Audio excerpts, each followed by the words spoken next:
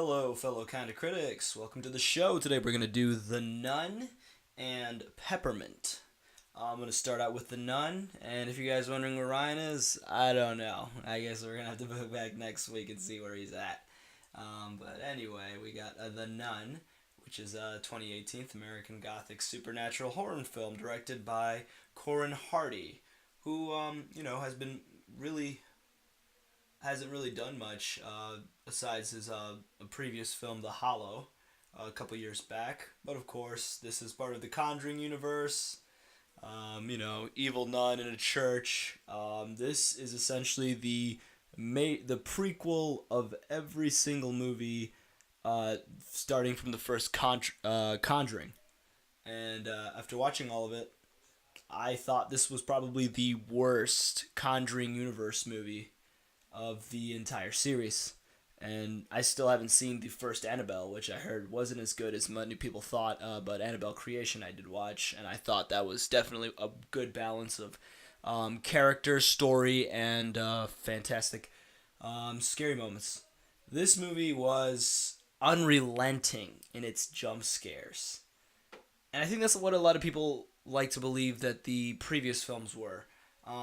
Who were, mostly directed and produced by James Wan. The first Conjuring, the second Conjuring. These were really good movies because they kind of brought this eerie, spooky, haunted house vibe, but also in this well-directed and character-based kind of movie.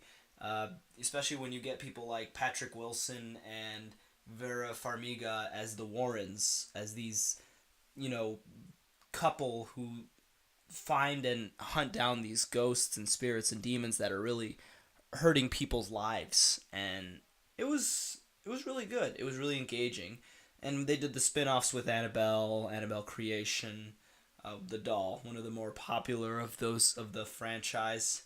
And it worked out pretty well. I mean, if anything, making a horror universe isn't really new. In fact, it was one of the pioneers of that type of work. But this movie in particular, I just thought the story and the characters, it lacked the oomph that we really get from out of this. We get, the nun, well, the person that's becoming a nun, played by Thaisa Farmiga, pretty good actress. I liked her in this role. She was kind of about to be a nun. She hasn't done her vows yet, and she's kind of like questioning, oh, should I really do this? Am I really a person of God? She has all these visions. And then comes in Father Burke, who's played by Demian Bichir, who is not French. I don't know why I said that in a French accent. He's a, Mexican guy. Fantastic. He plays a priest who, studies the supernatural. And it's kind of like a small Scooby-Doo investigation. I actually liked how slow it was before all the crazy spooky stuff happens with the nun. And the one thing I probably don't like out of all these characters is when Jonas Bloquet, who plays Frenchie, comes into the mix. That is when things start becoming really boggled down, very cliche, very it was trying too hard to be funny. Unfortunately, the enthusiasm, the energy, it just wasn't there. And as soon as they stumbled on that, they decided, all right, time to go back to what we know: crazy, spooky, haunted house vibes, all around. And it just felt unkiltered, unbalanced, and it's unfortunate because I really do dig these kinds of movies. They have appreciation for the kind of horror movies that people are usually engaged in. And I think this one, it has good direction, it had good cinematography, and I think it had really good set design. I'll give it that. It just never felt focused though. We get some needless backstory and flashbacks, and then we go cut back to the characters talking. A lot of exposition, very exposition heavy, explaining every single portion of what's going on, and yet not putting the weight that really drives these kinds of movies, which is unfortunate. And I think maybe that's what the producers and maybe that's what everyone else expectations were, is that this is just another scary movie. and that's a shame because the ideas here they worked pretty well when they did work, and when they didn't work, we were either bored or just waiting for the next jump scare.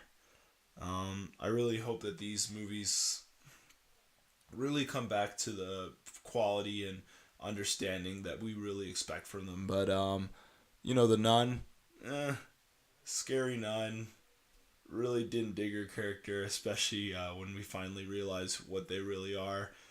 In fact, it gets really interesting towards the end of the film about what we explain what exactly the nun is, which of course had already been explained previously, which was a demon. But of course, if you didn't know that now, well, now you know. I give this a 3 out of 6.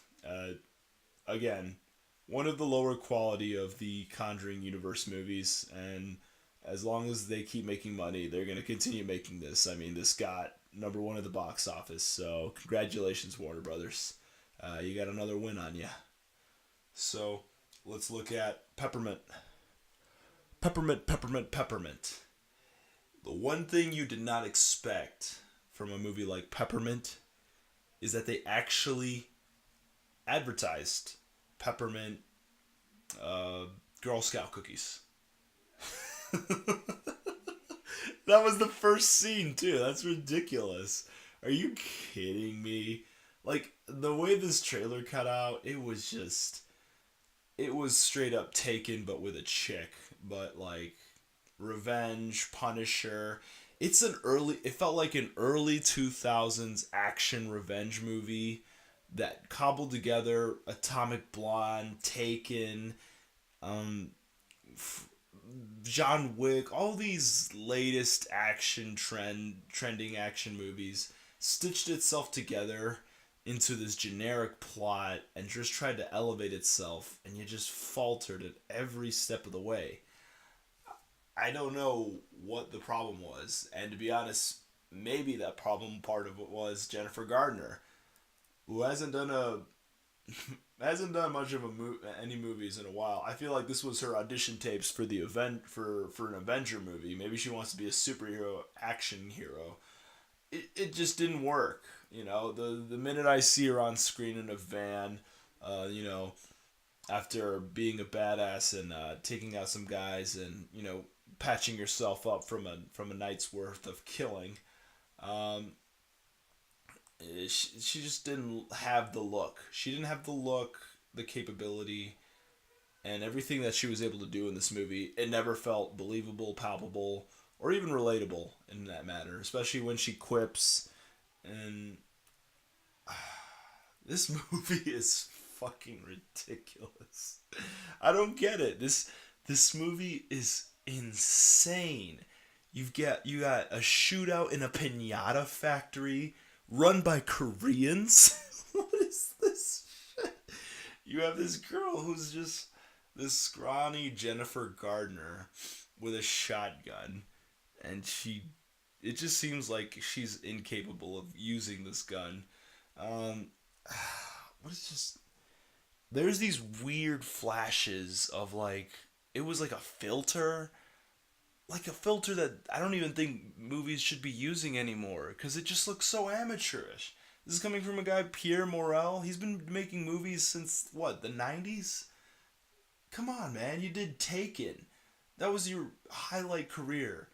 Then you went from Paris with Love, again, a John Travolta movie that was, a pretty good movie with John Travolta, and that's not saying much. I mean, have you seen John Travolta's past films since last decade? Come on. I don't know. STX Films got another stinker. 22 miles, and now we got a Peppermint. I just can't believe this kind of movie came out and it was just cobbled together and it just none of it worked.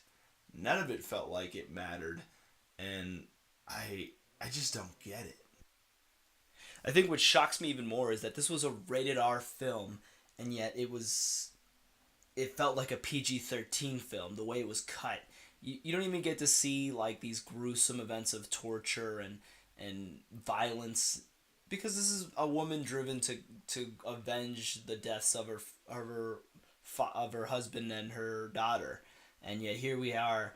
We barely get to see any of that action happen. We see a lot of off-screen shootouts. We see a lot of gore that is cut out in the middle of a scene.